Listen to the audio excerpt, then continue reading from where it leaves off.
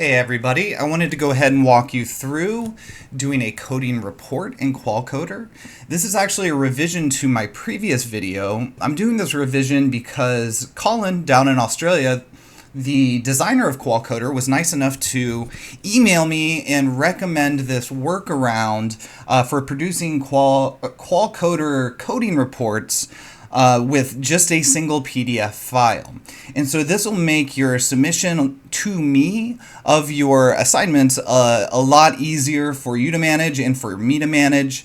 And is just generally probably a best practice when submitting coding reports to keep everything confined just to a single file. So thank you to Colin, and with that said, I'll go ahead and walk you through this. Naturally, you're going to start the same way you did in my prior video by clicking Reports and going to Coding Reports.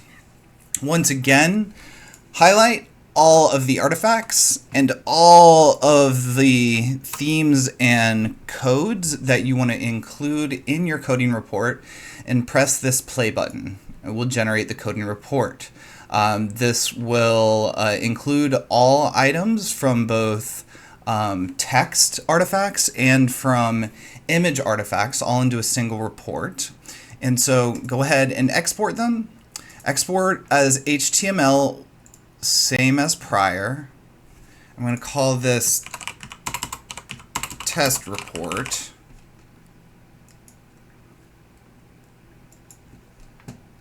And so once you have done that, if you go to the place where you saved your report, you're going to see a couple of different items here. You're going to see an HTML file with an icon associated with whatever is your default web browser on the computer that you're using. And you are also going to see a file directory.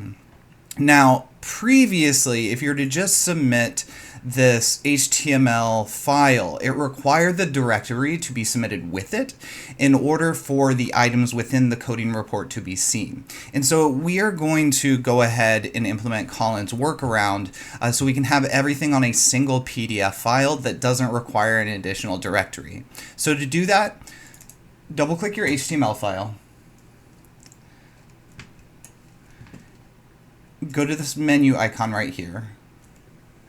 And actually, you're going to go to print.